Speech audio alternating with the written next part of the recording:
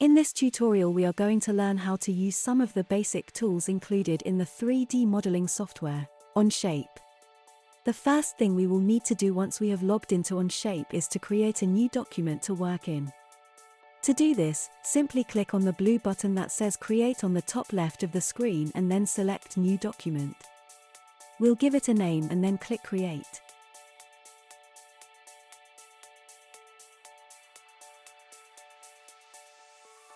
The three shapes you can see on the screen are called planes. A plane is essentially a flat surface that you can begin your drawing on. To make things a little clearer for us, we are going to hide the front and right planes by clicking on the eye symbol next to these planes where they are displayed on the left here. We can turn them back on later, if needed. To make it easier to draw out the shapes we will initially need, we are going to switch the view of our project so that we are looking at the project from the top down. To do this, navigate to the cube shape on the right-hand side of the screen and click on the area labeled top. We'll refer to this as the navigation cube in the future. You'll be able to rotate your view of the project by clicking on the different areas of the navigation cube. To start drawing out the cube of our dice, we are going to click Sketch at the top left of the screen. We then need to select the plane that we would like to work on. We are going to select the top plane. This will create a new sketch area called Sketch 1 that will be displayed in the panel on the left. To start drawing out a dice, we will start by drawing a two-dimensional square. Along the top left of the screen there are a selection of shape drawing tools. Next to each is an arrow which, when clicked, reveals some additional tools. We are going to click the arrow next to the rectangle tool and select the center point rectangle tool, which will allow us to draw a rectangle that expands from the center outwards. Once you have the tool selected, click on the center of our drawing plane and drag out a square. It doesn't need to be perfect as we'll set the measurements accurately in the next step. Once you have clicked to place the square, before clicking anything else we have the chance to manually set the size of our square by typing the size that we would like. We are going to make our dice 15 mm squared, so we'll type 15 and then press enter, and then 15 and enter again. The square will automatically resize and add dimension lines telling us what size the selected shape is. You can edit these dimensions later on, by pressing Escape on your keyboard and double-clicking on the dimension lines. Once we have drawn our square out, we will click on the green tick box on the Sketch 1 box to complete this shape. Next, we are going to convert this two-dimensional shape into a three-dimensional shape using something called extrusion. Firstly, we want to adjust our view of the project using the navigation cube. We can do this by clicking on the bottom right corner of the cube or by clicking the camera and render options button beneath it and choosing isometric from the drop-down.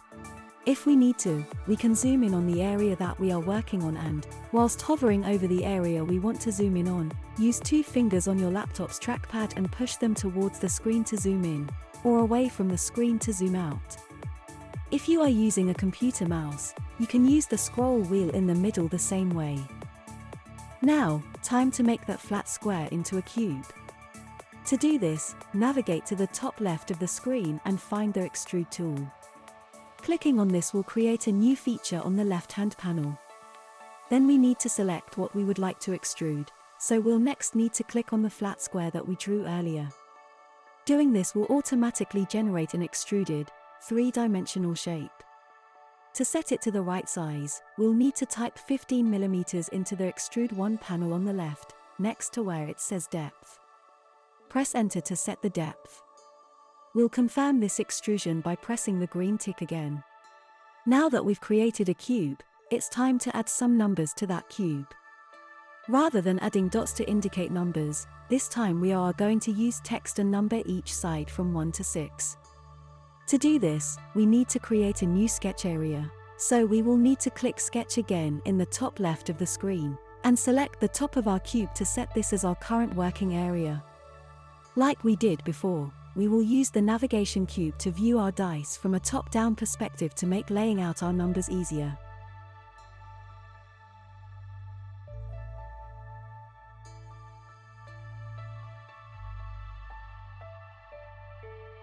Next I am going to select the text tool at the top of the screen. You will need to draw out a text box on the side of your dice to place the text.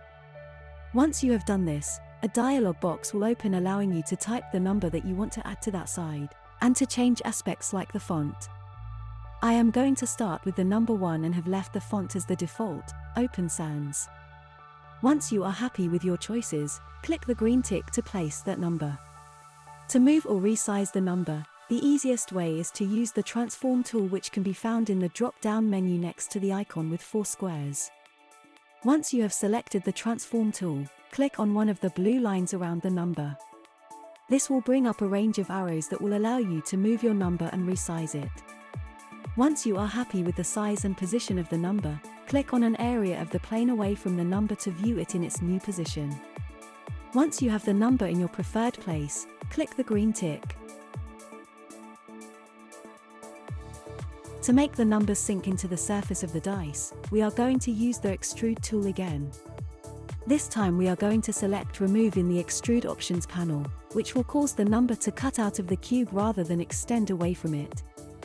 We don't want the number to cut all the way through the dice, so we need to set the depth to around 3 mm. Once you have set the depth, click the green tick to complete that action.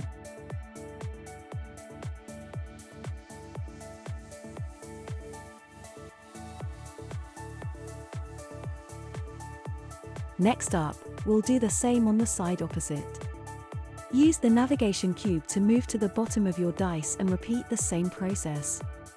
Remember, opposite sides add up to 7, so 1 will be opposite 6, 5 opposite 2, and so on.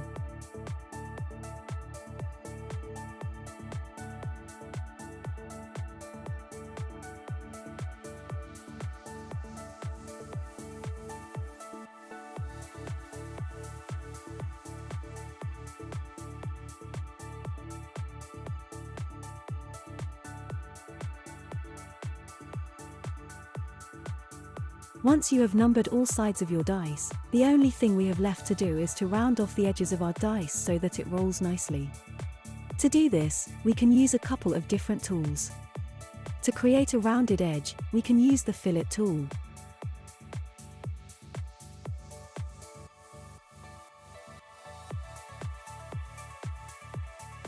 And to create a flat edge, we can use the Chamfer tool. Whichever one you use, you will need to click on the tool and then click on each edge you want to apply it to.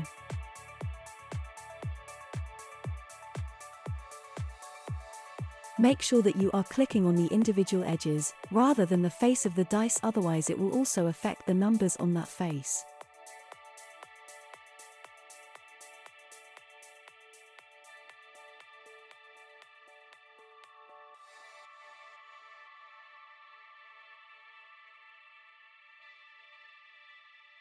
Once you have selected all the edges, click the green tick to complete this action.